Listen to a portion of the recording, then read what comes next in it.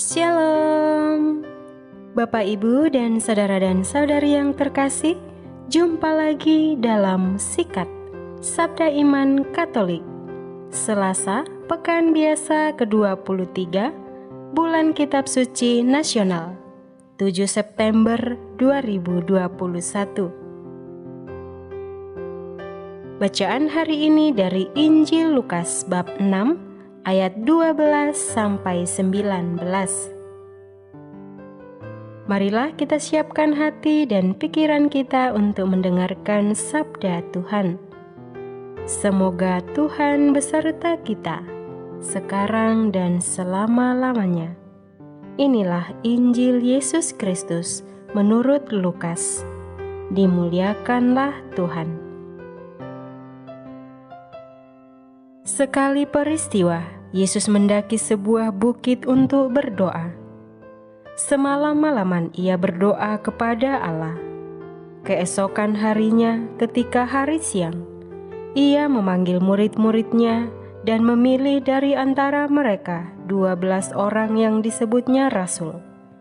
Mereka itu ialah Simon yang diberinya nama Petrus, Andreas, saudara Simon, Yakobus dan Yohanes, Filipus dan Bartolomeus, Matius dan Thomas, Yakobus anak Alfeus, dan Simon yang disebut orang Selot, Yudas anak Yakobus, dan Yudas Iskariot yang kemudian menjadi pengkhianat.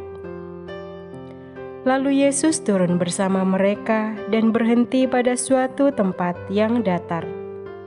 Di situ berkumpullah sejumlah besar murid-muridnya dan banyak orang lain yang datang dari seluruh Yudea dan dari Yerusalem dan dari daerah pantai Tirus dan Sidon. Mereka datang untuk mendengarkan Dia dan untuk disembuhkan dari penyakit mereka. Juga mereka yang kerasukan roh-roh jahat mendapat kesembuhan. Dan orang banyak itu berusaha menjamah Dia, sebab daripadanya keluar suatu kuasa, dan semua orang itu disembuhkannya. Demikianlah sabda Tuhan. Terpujilah Kristus. Bapak, Ibu, dan saudari yang terkasih, renungan hari ini akan dibawakan oleh Suster Magdalena Dewi Murjaningsi Alma dari Malang. Selamat mendengarkan.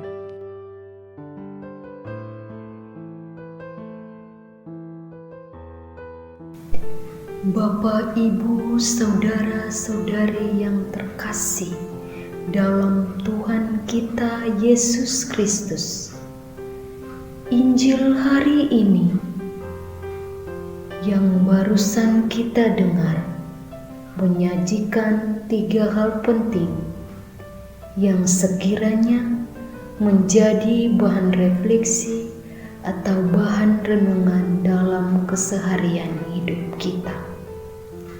Yang pertama, Yesus berdoa kepada Allah atau kepada Bapanya untuk memilih ke-12 rasul.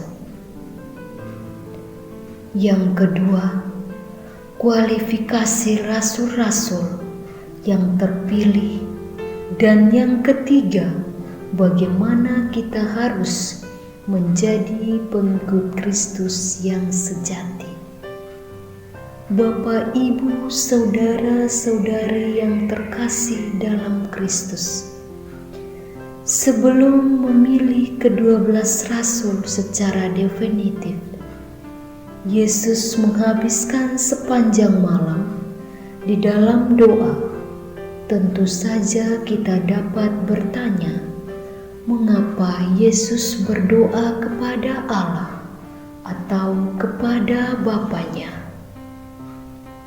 untuk memilih ke-12 rasul?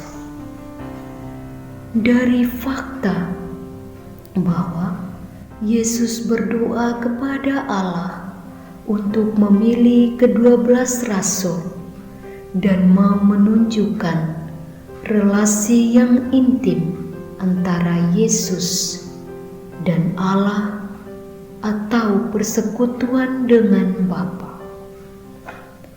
Hal ini mau menunjukkan kepada kita bagaimana kita seharusnya menunjukkan ketergantungan yang total kepada Allah melalui doa-doa kita.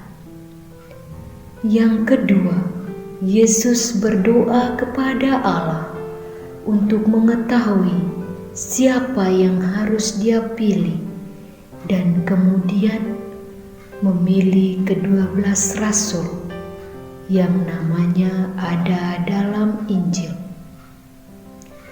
Dan mereka akan mendapatkan sebutan sebagai para rasul. Rasul berarti diutus menjadi misionaris. Mereka semua terpanggil untuk melakukan misi, yakni misi yang sama yang Yesus terima dari Bapanya. Yesus menghabiskan sepanjang malam dalam doa-doanya untuk mengetahui siapa yang harus dipilih, dan Dia memilih ke-12 rasul itu. Doa pertama-tama dapat membantu kita untuk membedakan apa yang terbaik, apa yang paling penting dalam hidup kita. Doa juga memberikan kesempatan kepada kita untuk menempatkan kepentingan-kepentingan atau keputusan-keputusan kita dalam konteks cinta kasih Allah dan cinta terhadap sesama. Pertanyaannya adalah, apakah selama ini kita melakukan hal yang sama, yaitu berdoa ketika kita membuat pilihan-pilihan penting dalam hidup kita? Apakah selama ini kita melibatkan Allah untuk turut terlibat dalam keputusan-keputusan penting yang kita ambil? Rasul-rasul terpilih setelah berdoa semalam-malaman. Akhirnya Yesus menegaskan atau menunjukkan pilihannya.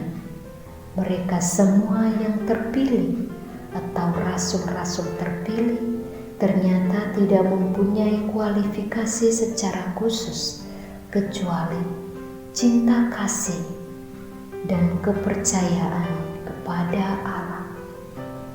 Tidak ada kekuatan atau kemampuan intelektual yang berlebihan untuk mendukung tugas mereka mewartakan kabar gembira ke seluruh penjuru dunia. Orang yang terpilih, yang hidup kesehariannya sangat sederhana, mungkin mereka-mereka yang diantar oleh yang terpilih itu tidak dianggap oleh masyarakat sekitarnya. Tetapi Yesus memilih mereka sebagai salah satu dari bilangan para rasul. Yesus menunjukkan ke-12 rasul juga dan mau menunjukkan bahwa Yesus tidak bekerja sendiri. Yesus membutuhkan sebuah tim, yakni tim yang solid atau sebuah tim yang punya komitmen, yang mampu mewartakan karya kasih Allah, yang mampu mewartakan kabar gembira ke seluruh penjuru dunia. Rasul-rasul yang dipilih oleh Yesus memiliki latar belakang yang berbeda-beda, tetapi oleh Yesus disatukan oleh komunitas yang baru. Mereka inilah akan melanjutkan pekerjaan atau karya-karya Yesus ke seluruh penjuru dunia. Kita pun dapat memasukkan nama kita ke dalam bilangan tim Yesus, atau malahan kita bisa meniru apa yang dilakukan Yesus dan juga para muridnya. Dalam bidang segala karya kita, lebih-lebih dalam mengembangkan gereja dan negara kita. Kita mempunyai tugas masing-masing, maka kita pun perlu untuk membentuk tim untuk karya kita. Bekerja sama di dalam tim akan menghasilkan buah yang baik. Dengan demikian, maka sebetulnya di dalam diri kita sesungguhnya ada rahmat dan tugas perutusan yang serupa dengan para rasul. Tubuh kita ini dibangun sebagai tempat kediaman Allah di dalam Roh dan mendapat tugas untuk membangun tubuh Kristus bersama-sama dengan sesama kita dan saudara-saudara sepanggilan di dalam Kristus. Pertanyaannya adalah, bagaimana hal itu dapat dibangun dan senantiasa bergaung dalam hidup batin kita? Pertama-tama, kita harus meneladani hidup para murid. Apa yang dilakukan oleh para murid, yakni mereka datang kepada Yesus untuk mendengarkan Dia. Jelas sudah bagi kita hanya mampu menjaga rahmat dan tugas perutusan kita kalau kita senantiasa tetap setia mendengarkan Yesus. Dan yang ketiga, bagaimana kita mau menjadi pengikut-pengikut Kristus yang sejati. Kepada jemaat di Kolose, Rasul Paulus menggambarkan bagaimana seharusnya kita menjadi pengikut-pengikut Kristus yang sejati. Pertama-tama, kita harus berakar di dalam Kristus. Dalam hal ini, Rasul Paulus menggunakan ilustrasi tumbuh-tumbuhan. Akar itu merupakan dari tumbuh-tumbuhan yang memungkinkan agar tumbuh-tumbuhan dapat mengisap sari-sari makanan untuk dapat bertahan hidup. Orang yang mengenal Kristus akan selalu setia atau mengakarkan dirinya di dalam Kristus melalui kesetiaannya menghayati firman Tuhan.